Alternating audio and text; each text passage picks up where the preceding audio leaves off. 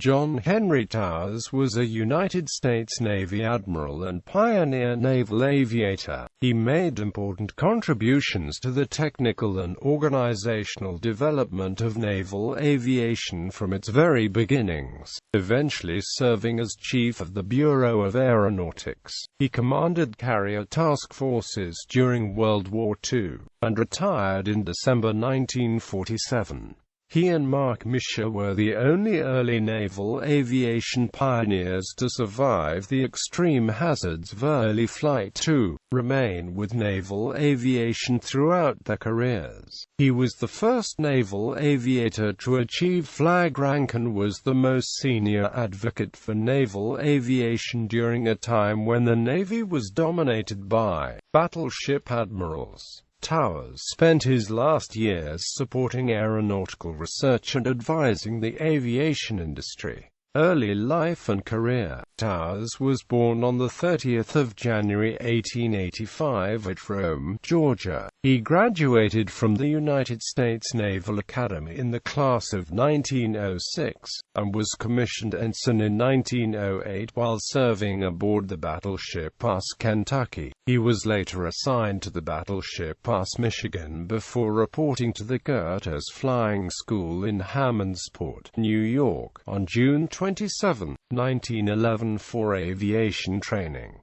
Pioneer naval aviator under the tutelage of aviation pioneer Glenn Curtis and Lieutenant Theodore G. Ellison. Towers qualified as a pilot in August 1911, flying the Navy's first airplane, a Curtiss A-1 seaplane. Towers next traveled to North Island in San Diego, California, where, in conjunction with the Curtis Flying School, he took part in developing and improving naval aircraft types. In October 1911, Towers achieved a distance record, flying an A-1 from Annapolis, Maryland, to Old Point Comfort, Virginia, a distance of 112 miles in 122 minutes. In the fall of 1912, Towers supervised the establishment of the Navy's first aviation unit based at Annapolis. On October 6, 1912, he achieved an American endurance record by rigging extra gasoline tanks to a Curtiss A-2 seaplane, allowing him to remain aloft for 6 hours, 10 minutes, 35 seconds. From October to December 1912, Towers conducted tests to spot submerged submarines from the air over the Chesapeake Bay. He furthered those tests into 1913 during fleet operations near Guantanamo Bay, Cuba. Additionally, he investigated the potential for Navy aerial reconnaissance bombing, photography, and communications. On 8 May 1913, Lt. Towers flew a long-distance flight of 169 miles in a Curtiss flying boat from the Washington Navy Yard down the Potomac River and then up the Chesapeake Bay to the U.S. Naval Academy at Annapolis, Maryland. The flight took 3 hours and 5 minutes. Ensign Godfrey Chevalier was his passenger. On 20 June 1913, Towers was nearly killed in an aviation mishap over the Chesapeake Bay. While he was flying as a passenger in a Wright seaplane, his plane was caught in a sudden downdraft and plummeted earthward. The pilot, Ensign W. D. Billingsley, was thrown from the aircraft and killed. Towers also was wrenched from his seat but managed to catch a wing strut and stay with the plane until it crashed into the Chesapeake. Interviewed by Glenn Curtis soon thereafter, Towers recounted the circumstances of the tragedy. His report and resultant recommendations eventually led to the design and adoption of safety belts and harnesses for pilots and the passengers. On 20 January 1914, Lieutenant Towers led 9 officers and 23 enlisted men, with 7 aircraft, portable hangars and other gear from the aviation unit at Annapolis to Pensacola, FLA, to set up the first Naval Aviation Training Unit. Then on April 20, 1914, Towers led the first Naval Aviation Unit called into action with the fleet. He and two other pilots, 12 enlisted men and 3 aircraft, sailed from Pensacola aboard the cruiser Birmingham in response to the Tampico affair. Naval Aviator designation and insignia. In January 1915, the Navy decided to officially designate its flyers. At the time, Towers was officially designated as Naval Aviator No. 3, with an effective date of 1914. Lieutenant Commander Towers, while assigned to the aviation desk under CNO, is credited with the development of the Naval Aviator's Badge, which were designed and ordered in 1917. On January 19, 1918, distribution of the first gold Naval Aviator wings began, and it is likely that Towers, as senior Naval Aviator in Washington at the time, was an early, if not the earliest, recipient. World War I. In August 1914, shortly after the war began, Towers was ordered to London as Assistant Naval Attaché, ability filled until he returned to the United States in the autumn of 1916. That August, Lieutenant Towers accompanied the U.S. relief expedition aboard the Tennessee as part of the naval delegation led by Commander Reginald R. Belknap, with overall command by Assistant Secretary of the Army Henry S. Breckinridge. Subsequently, Towers advocated for the first Yale unit, which would become the core of naval aviation's participation in the war. In May 1917, Lieutenant Commander Towers was ordered to the Bureau of Navigation as supervisor of the Naval Reserve Flying Corps, a precursor to the Naval Air Reserve Force. When the Navy established the Division of Aviation at Navy Department Headquarters, Towers was appointed Assistant Director of Naval Aviation. In the position, he orchestrated the build-up from a handful of obsolete aircraft and fewer than 50 pilots to a force of thousands of aircraft and aviators. Interwar years, 1919 to 1939. During the interwar years, Towers was the leading advocate of naval aviation when there was virtually no other support within or outside of the Navy. He was involved in a number of pioneering developments in naval aviation, including the first transatlantic crossing by aircraft, serving as commander of the first U.S. aircraft carrier, US Langley, and holding important positions within the Bureau of Aeronautics, the organizational structure established for naval aviation in 1921.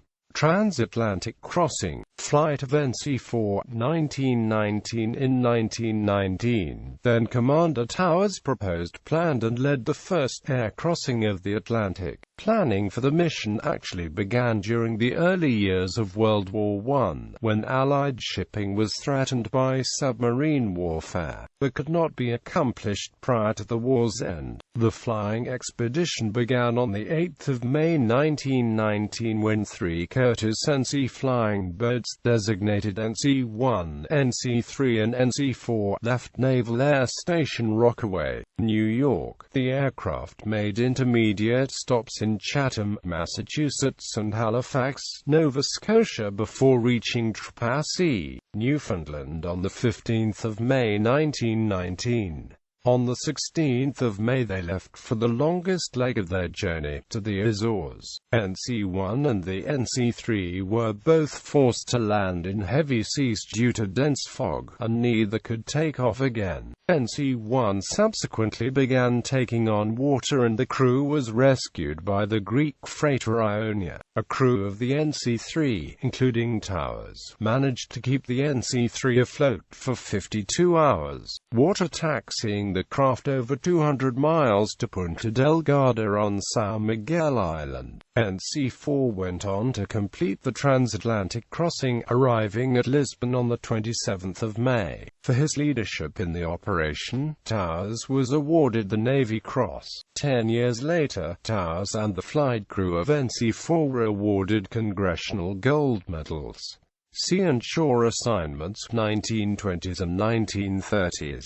Between the autumn of 1919 and the late winter of 1922 and 1923, Towers served at sea as the executive officer of USARS, took it as the commanding officer of the old destroyer Mugford, which had been redesignated an aircraft tender. Then, after a tour as executive officer at NAS Pensacola, he spent 2.5 years, from March 1923 to September 1925, as an assistant naval attaché, serving at the American embassies at London, Paris, Rome, The Hague, and Berlin. Returning to the United States in the autumn of 1925, he was assigned to the Bureau of Aeronautics and served as a member of the Court of Inquiry which investigated the loss of dirigible US Shenandoah. Towers next commanded US Langley, the Navy's first aircraft carrier, from January 1927 to August 1928.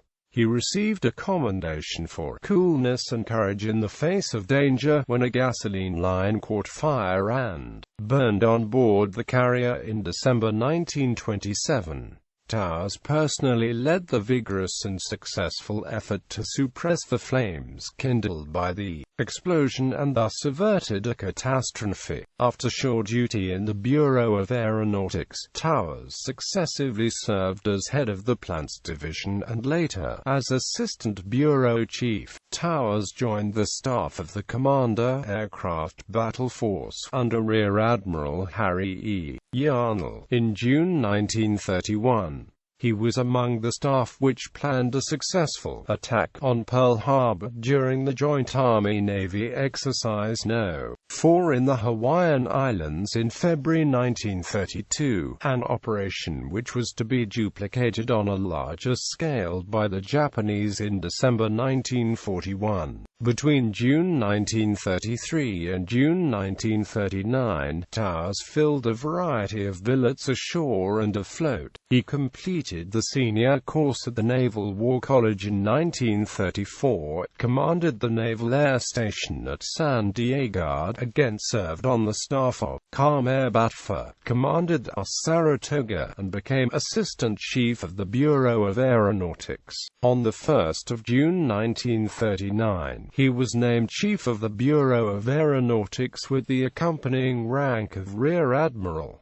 World War II. As Aeronautics Bureau Chief, Towers organized the Navy's aircraft procurement plans while war clouds gathered over the Far East and in the Atlantic. Under his leadership, the air arm of the Navy grew from 2,000 planes in 1939 to 39,000 in 1942.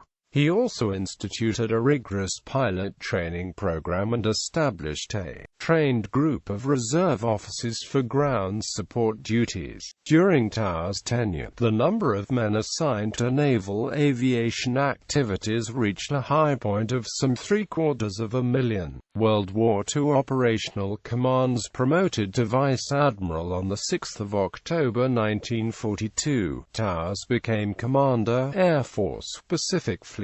For this billet, he supervised the development, organization, training, and supply of the fleet's growing aviation capability, and helped develop the strategy which spelled the doom of the Japanese fleet and eventual American victory in the Pacific. For his sound judgment and keen resourcefulness, Towers received, successively, the Legion of Merit and the Distinguished Service Medal. Towers was subsequently promoted to the dual position of Deputy Commander-in-Chief, Pacific Ocean Area and Deputy Commander-in-Chief, Pacific Fleet. In this capacity, he served as Admiral Chester Nimitz's chief advisor on naval aviation policy, fleet logistics, and administration matters. In August 1945, Towers was given command of the 2nd Carrier Task Force and Task Force 38, Pacific Fleet. On the 7th of November 1945, he broke his flag aboard the battleship US New Jersey as Commander, 5th Fleet. On the 1st of February 1946, he made the carrier US Bennington his flagship as Commander-in-Chief, Pacific Fleet, a post he held until March 1947. In 1946, President Truman signed the first outline command plan that called for the establishment of several joint or unified commands.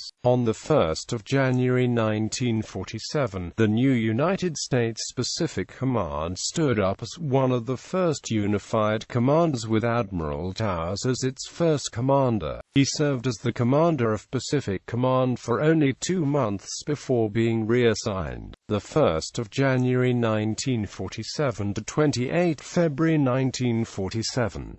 Admiral Towers was dual-hatted as both Commander-in-Chief, Pacific Fleet and Commander-in-Chief, Pacific Command. Post-war service and retirement. After chairing the Navy's General Board from March to December 1947, Towers retired on the 1st of December 1947. After retirement, Towers served as president of the Pacific War Memorial, as assistant to the president of Pan American World Airways, and as president of the Flight Safety Council.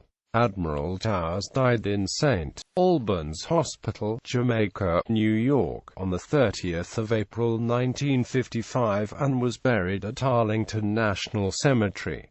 Honors and awards. In 1961, Towers was posthumously designated the second recipient of the Gray Eagle Award, as the most senior active naval aviator from 1928 until his retirement. He was enshrined in the National Aviation Hall of Fame in 1966, the International Aerospace Hall of Fame in 1973, the Naval Aviation Hall of Honor in 1981 and the Georgia Aviation Hall of Fame in 2004. The decorations and medals he earned during his career include the following: Namesakes, US Hours, a guided missile destroyer that saw action in the Vietnam War, was named in his honor. A crater on the Moon was named in his honor by the Apollo 17 mission. Towers Field at Jacksonville Naval Air Station in Jacksonville, Florida is named for him, as is the airfield at Richard B.